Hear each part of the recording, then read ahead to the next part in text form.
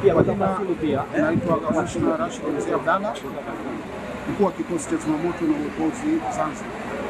Leo hii kwenye saa 10:24 tumepokea taarifa kwamba kuna moto katika sheli moja ya sheli hizi ambazo ziko Mwanakwerekwe. Baada ya kupokea taarifa hizo kwenye saa 10:27 vijana wetu wamefika katika eneo la tukio na kukuta moto umeanza. Moto huo ulianza kwenye jengo, bahati nzuri ya kwanza kwenye kisima.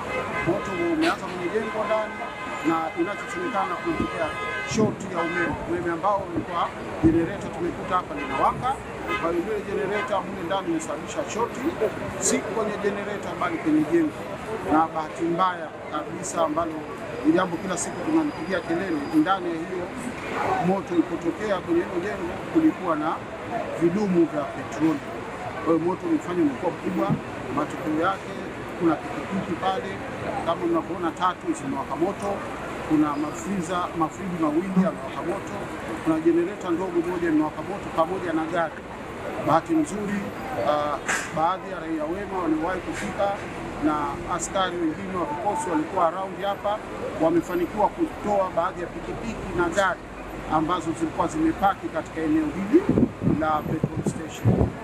Tunashukuru Mungu, moto huu tumeweza kuudhibiti na sasa eneo hili liko salama.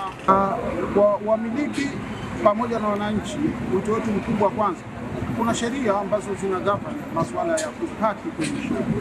Yaani kupaki magari kwenye petrol station, kwanza hilo sio nzuri sana, kwa sababu tatizo likitokea kama hivyo, basi moja kwa moja unaweza kupoteza mali yako na kusababisha ule moto kwa kubwa.